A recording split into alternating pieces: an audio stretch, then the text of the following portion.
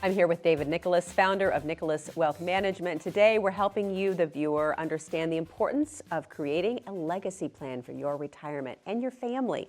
What are some of the missteps we should try to avoid with our legacy plan? I know this is the big one, because a lot of times people are like, well, how do I go about it? How do I not mess this up? Yeah, that's right. And so there's a couple just really that anyone that's watching right now can go out to do.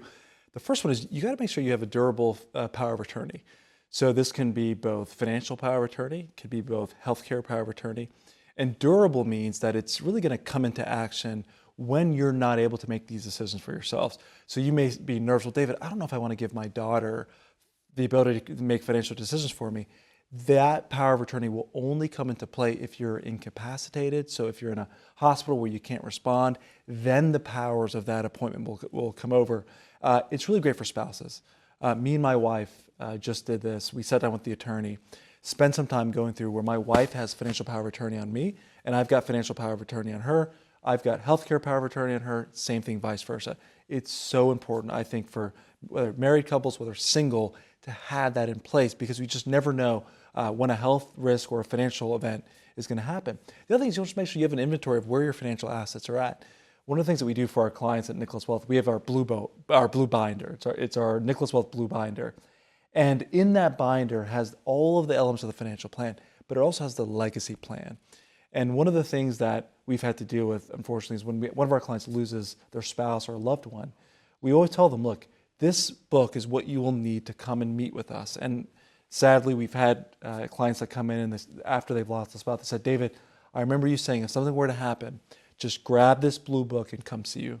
And so we hate when those events happen, but we also know that our clients are having to deal with, whether it's the loss of a family member or a loved one, the last thing they want to be worried about is investment decisions, legacy decisions, tax decisions. So we have all that taken care of inside of their blue notebook, which is the legacy piece of their portfolio. Yeah, it's great to have that kind of a tangible item that you can set aside, put in a safe place, of course. You know, it seems like along the way there could be a lot of missteps, as we've talked about. How do you avoid these? Having an advisor by your side certainly helps. Yeah, that's right. You know, in a simple word, plan.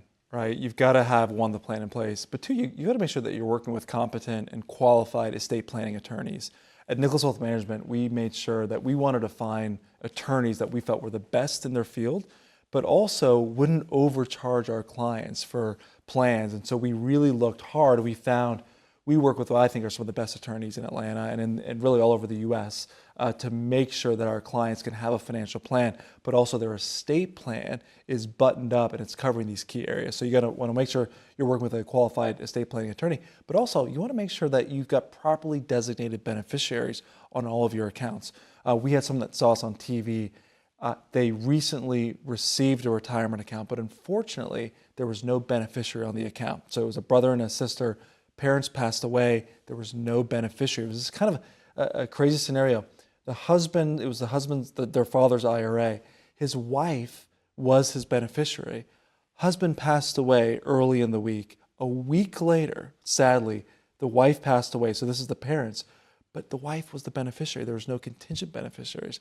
So they're already dealing with the loss of one parent. Then they lose their mother all in the same week. And then now their retirement accounts, $1 million IRA, had no beneficiaries. So it was subject to massive income taxes when they received that. And if they would have just had a contingent beneficiary on there, they would have avoided all the taxes. So this is just so important. You may even think, well, David, I've got a beneficiary, but you got to make sure you have contingent beneficiaries on those retirement accounts as well. Okay.